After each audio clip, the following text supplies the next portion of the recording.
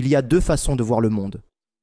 Certaines personnes voient la chose qu'elles désirent et d'autres voient ce qui les empêche d'obtenir ce qu'elles désirent. Il existe une belle histoire de deux bûcherons. Chaque matin, ils commencent à couper du bois en même temps et chaque jour, ils s'arrêtent au même moment. Pourtant, chaque jour, l'un des bûcherons disparaît environ 1 heure au milieu de la journée et chaque jour, il coupe plus de bois que l'autre. Cela dure des mois jusqu'au jour où celui qui travaille sans s'arrêter lui dit « Je ne comprends pas. Chaque jour, nous commençons en même temps, nous finissons en même temps. Tu disparais 1 heure et pourtant, tu coupes toujours plus de bois que moi. Où vas-tu pendant cette heure ?»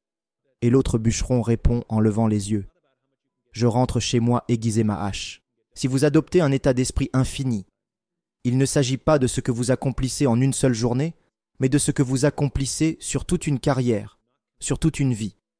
Et c'est pourquoi il faut savoir parfois partir en vacances, éteindre son téléphone et sa messagerie, et aller aiguiser sa hache. J'ai 5 petites règles à partager pour trouver votre étincelle et la faire vivre. La première consiste à aller vers ce que vous voulez. Laissez-moi vous raconter une histoire. Un ami et moi étions partis courir à Central Park.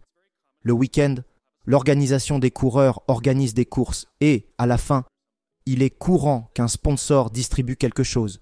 Des pommes, des bagels. Ce jour-là, à l'arrivée, il y avait des bagels gratuits posés sur des tables de pique-nique. D'un côté, des bénévoles, et de l'autre, une longue file de coureurs attendant leur bagel gratuit. Alors j'ai dit à mon ami, « Allons chercher un bagel. » Il m'a répondu, « Non, la file est trop longue. » J'ai insisté, « C'est gratuit. » Il a dit, « Je ne veux pas attendre. » Et j'ai répliqué, « C'est gratuit. » Mais il a répété, « Non, trop long. » Et c'est là que j'ai réalisé qu'il y a deux façons de voir le monde. Certains ne voient que ce qu'ils veulent et d'autres ne voient que ce qui les empêche de l'obtenir. Moi, je ne voyais que les bagels. Lui ne voyait que la file. Alors je me suis avancé, j'ai glissé ma main entre deux personnes, j'ai pris 2 bagels et personne ne s'est fâché. Car la règle est simple, vous pouvez aller chercher ce que vous voulez, tant que vous ne privez personne d'aller chercher ce qu'il veut aussi. La leçon est donc simple. Vous n'êtes pas obligé d'attendre dans la file, ni de faire les choses comme tout le monde. Vous pouvez faire à votre manière, briser certaines règles, tant que vous n'empêchez personne d'obtenir ce qu'il désire. Règle numéro 2. Prenez soin les uns des autres. Les Navy Seals des États-Unis sont sans doute les guerriers les plus d'élite au monde. On a demandé à l'un d'eux « Qui réussit le processus de sélection ? Qui parvient à devenir un SEAL ?» Sa réponse fut « Je ne peux pas vous dire quel type de personne devient un SEAL, mais je peux vous dire qu'il n'y arrive pas. » Il dit « Ceux qui se présentent avec de gros muscles saillants, couverts de tatouages, voulant prouver à quel point ils sont forts. Aucun d'eux ne réussit. » Il ajouta « Ceux qui se prennent pour des leaders naturels, qui délèguent toutes leurs responsabilités et ne font jamais rien eux-mêmes, aucun d'eux ne réussit. » Et encore, les grands athlètes universitaires qui n'ont jamais été testés au plus profond d'eux-mêmes, aucun d'eux ne réussit non plus. En revanche, certains de ceux qui réussissent sont maigres, tremblants de peur. Pourtant, quand ils sont épuisés physiquement, vidés émotionnellement, n'ayant plus rien à donner, d'une manière ou d'une autre, ils trouvent encore l'énergie de puiser au plus profond d'eux-mêmes, non pas pour eux, mais pour aider le camarade à côté d'eux. Ceux-là deviennent des SEALs. Leçon. Si vous voulez être un guerrier d'élite, ce n'est pas une question de force, d'intelligence ou de vitesse, mais de capacité à aider celui qui est à votre gauche et celui qui est à votre droite, car c'est ainsi que l'on progresse dans le monde. Le monde est trop dangereux et trop difficile pour croire que l'on peut tout accomplir seul. Si vous trouvez votre étincelle, je vous félicite. Mais qui allez-vous solliciter pour vous aider et quand accepterez-vous l'aide qu'on vous offre? Apprenez cette compétence. Pratiquez le fait d'aider et de demander de l'aide. Ce sera la chose la plus précieuse que vous apprendrez de votre vie entière. Car lorsque vous saurez demander de l'aide, vous découvrirez qu'il y a toujours eu autour de vous des personnes prêtes à vous soutenir. Mais elles pensaient que vous n'en aviez pas besoin, parce que vous faisiez semblant de tout contrôler. Et le jour où vous direz Je ne sais pas quoi faire. Je suis bloqué. J'ai peur. Je ne crois pas pouvoir y arriver. Vous verrez beaucoup de gens qui vous aiment se précipiter pour vous aider. Mais cela ne se produira que si vous avez d'abord appris à prendre soin d'eux.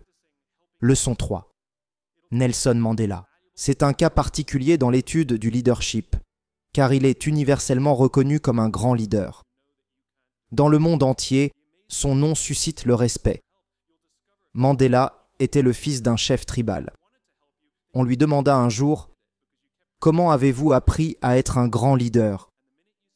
Il répondit qu'il accompagnait son père aux réunions tribales et se souvenait de 2 choses. Premièrement, il s'asseyait toujours en cercle et deuxièmement, son père était toujours le dernier à parler. On vous dira toute votre vie d'apprendre à écouter. Je vous dirai, apprenez à être le dernier à parler. Trop de leaders entrent dans une salle et disent « Voici le problème, voici ce que je pense, mais je veux entendre vos avis. » C'est déjà trop tard. Le véritable art consiste à garder son opinion pour soi jusqu'à ce que tout le monde se soit exprimé. Cela produit 2 effets. Les autres se sentent entendus et valorisés, et vous bénéficiez de toutes leurs idées avant de donner la vôtre. Ce n'est pas facile. Il faut s'entraîner à ne pas hocher la tête en accord, ni froncer les sourcils en désaccord, mais juste écouter et poser des questions pour comprendre d'où vient l'opinion de l'autre. Et ensuite seulement vient votre tour. C'est ce que Mandela faisait, et c'est une discipline précieuse. Leçon 4. La fièvre puerpérale. Au XVIIIe siècle, une tragédie appelée la fièvre puerpérale ou la mort noire des couches dévastait l'Europe et l'Amérique. Des femmes mouraient dans les 48 heures suivant l'accouchement, parfois jusqu'à 70% dans certains hôpitaux. Pourtant, c'était l'époque de la science et des données empiriques. Les médecins disséquaient les cadavres le matin, puis allaient accoucher des femmes l'après-midi sans se laver les mains. Au milieu du XIXe siècle, le docteur Oliver Wendell Holmes dit « Messieurs, le problème, c'est vous. » On le traita de fou pendant 30 ans. Puis, enfin, quelqu'un réalisa qu'il suffisait de se laver les mains et de stériliser les instruments pour que la maladie disparaisse. Et c'est exactement ce qui arriva. La leçon est claire. Parfois, le problème, c'est vous. Vous pouvez prendre tout le mérite de ce que vous réussissez, à condition d'assumer aussi vos erreurs. C'est une équation équilibrée. Vous ne pouvez pas avoir l'un sans l'autre. Je vous donne un exemple réel. Il y a quelques mois, j'étais au Four Seasons à Las Vegas. Ce qui rend cet hôtel exceptionnel, ce ne sont pas ses lits luxueux. N'importe quel hôtel peut acheter un bon lit, mais ses employés. Quand ils vous disent « bonjour », vous sentez qu'ils en ont réellement envie. Dans le hall, il y avait un stand de café tenu par un barista nommé Noah. Il était tellement chaleureux et engageant que j'ai adoré acheter un simple café, au point de lui laisser un pourboire énorme. Je lui ai demandé « Tu aimes ton travail ?» Il a répondu sans hésiter « J'adore. » Je lui ai demandé pourquoi. Il a dit « Parce qu'ici, n'importe quel manager passe dans la journée pour me demander si j'ai ce qu'il me faut pour mieux travailler. Pas seulement mon supérieur direct, mais tous. » Puis il ajouta « Je travaille aussi au Caesars Palace. Là-bas, les managers cherchent uniquement nos erreurs. Alors je garde la tête baissée et j'attends mon salaire. Ici, je peux être moi-même. » La conclusion, ce n'est pas une question de bonne personne, mais de bon environnement. Si vous créez le bon climat, vous aurez des employés comme Noah du Four Seasons. Si vous créez le mauvais, vous aurez le Noah du Caesars Palace. Leçon 5. La tasse en polystyrène. Un ancien sous-secrétaire à la Défense raconta lors d'une conférence « L'an dernier, j'étais encore en poste. On m'a fait voyager en classe affaires, conduit à l'hôtel, enregistré ma chambre, escorté jusqu'à la salle et offert un café dans une belle tasse en porcelaine. Cette année, je ne suis plus sous-secrétaire. J'ai voyagé en classe économique, pris un taxi, enregistré moi-même ma chambre, et ce matin, je suis allé chercher un café dans une machine, dans ce gobelet en polystyrène. » Puis il ajouta « La tasse en porcelaine n'était pas pour moi, mais pour ma fonction. Moi, je mérite un gobelet en polystyrène. » Voilà une leçon d'humilité et de gratitude. Profitez des privilèges que votre poste vous apporte, Mais sachez qu'ils ne sont pas pour vous, ils sont pour le rôle que vous occupez.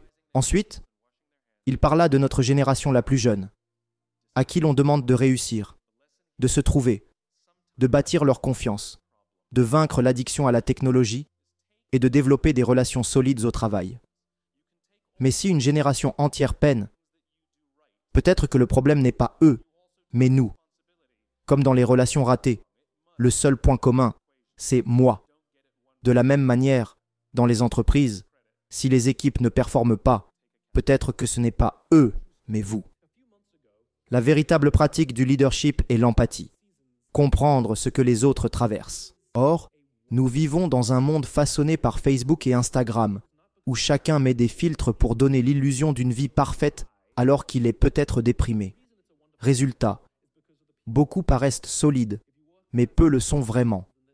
Et à cause des réseaux sociaux, une génération entière grandit avec une estime d'elle-même plus faible que les précédentes.